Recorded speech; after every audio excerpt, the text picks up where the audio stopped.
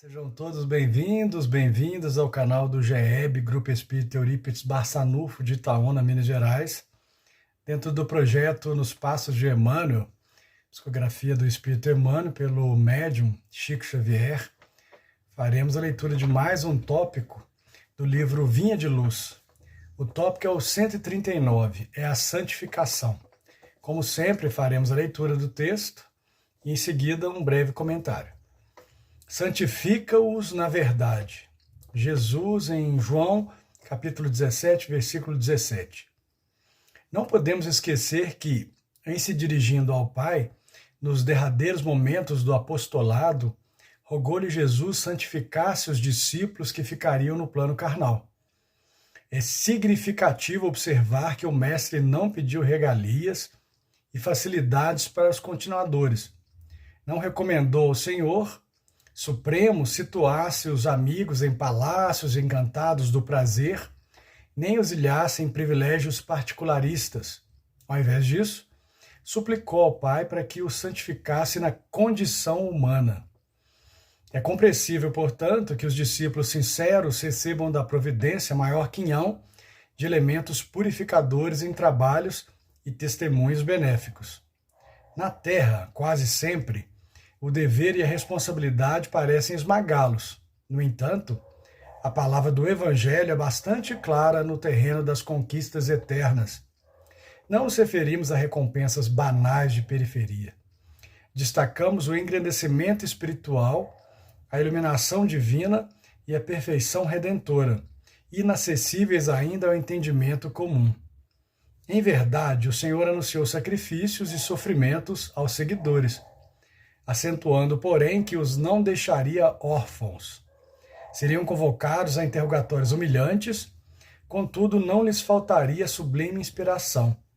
Seguiriam atribulados, mas não angustiados, perseguidos, mas nunca desamparados.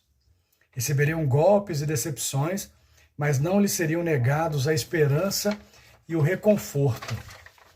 Suportariam a incompreensão humana, todavia os desígnios superiores agiriam em favor deles. Sofreriam flagelações no mundo, no entanto suas dores abasteceriam os celeiros da graça e da consolação para os aflitos. Muita vez participariam dos últimos lugares entre as criaturas terrestres, para serem dos primeiros na cooperação com o divino trabalhador. Seriam detidos nos cárceres, mas disporiam da presença dos anjos sob cânticos de glorificação. Carregariam cicatrizes por sinais celestes. Tolerariam sarcasmos em honroso serviço à verdade. Perseguidos e torturados, representariam as cartas palpitantes do Cristo à humanidade. Servos sofredores e humilhados no campo carnal, marchariam assinalados por luz imperecível. Escalariam calvários de dor, suportando cruzes, encontrando, porém, a ressurreição, coroados de glória. Efetivamente, pois, os colaboradores do Evangelho são, de modo geral, anônimos e desprezados nas esferas convencionalistas da terra. Todavia, para eles, repete o Mestre, em todos os tempos, as sublimes palavras: sois meus amigos, porque tudo quanto ouvi de meu Pai vos dei a conhecer. Estamos falando dos amigos de Jesus, estamos falando de apóstolos de Jesus, aqueles principais seguidores que ele escolheu criteriosamente. Mas vale a pena nós comentarmos um pouco sobre eles para podermos entender um pouco mais sobre o texto do Evangelho e o texto de Emmanuel. Os apóstolos foram Pedro, Tiago, João, André e Filipe, todos eles pescadores, humildes pescadores. Mateus era cobrador de impostos, um intelectual, e aqui a gente começa a comentar sobre o texto. Ele tinha uma posição, uma situação econômica muito boa como cobrador de impostos dos seus irmãos judeus, e era vilipendiado por isso, era tratado com desdém, porque, afinal de contas, era como para eles, para os judeus, era como se ele fosse um traidor, dos seus irmãos. Então ele sofreu bastante por isso, foi renegado pelo pai, segundo consta, era, e era uma pessoa muito inteligente, muito preparada para escrever, fazer anotações diárias, e era também um poliglota, uma pessoa que sabia outras línguas, e caberia, portanto, nele a figura exemplar do apostolado do Cristo, para ser representante do apostolado do Cristo, também ele.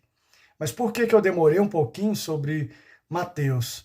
Porque ele foi um dos que se abdicaram da sua vida e deixou de lado, deixou para trás o luxo de uma vida abastada para poder seguir incondicionalmente o Cristo.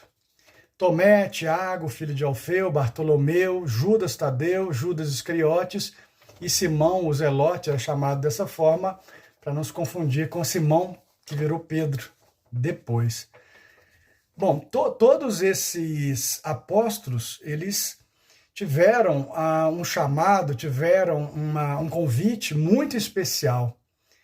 Algo como vem trabalhar na seara, venham ser pescadores de homens, mas não foi anunciado para eles que as coisas seriam fáceis, que as coisas seriam todas direcionadas para o ministério, para o apostolado, de forma tranquila e sem momento algum. Pelo contrário, Cristo os alertou que haveria muito sofrimento, que eles teriam que ser indulgentes, que eles teriam que perdoar e que eles teriam que amar o próximo acima de tudo, como a eles mesmos.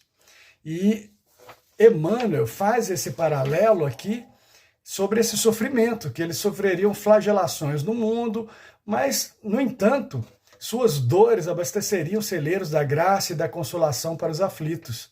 Participariam dos últimos lugares entre as criaturas terrestres, para serem os primeiros na comparação com o divino trabalhador. Escalariam calvários de dor, suportando cruzes. Alguns deles morreram crucificados. Pedro, por exemplo, pediu para ser crucificado de cabeça para baixo, pois ele não se julgava digno de ser crucificado como Cristo. E eles encontraram, porém, assinalados por uma luz imperecível, uma luz duradoura. Efetivamente, pois, os colaboradores do Evangelho são, de modo geral, anônimos e desprezados das esferas convencionalistas da Terra, nesse plano material. Todavia, para eles, repete o Mestre em todos os tempos, as sublimes palavras: sois meus amigos, porque tudo quanto ouvi de meu Pai vos dei a conhecer, vos dei a entender.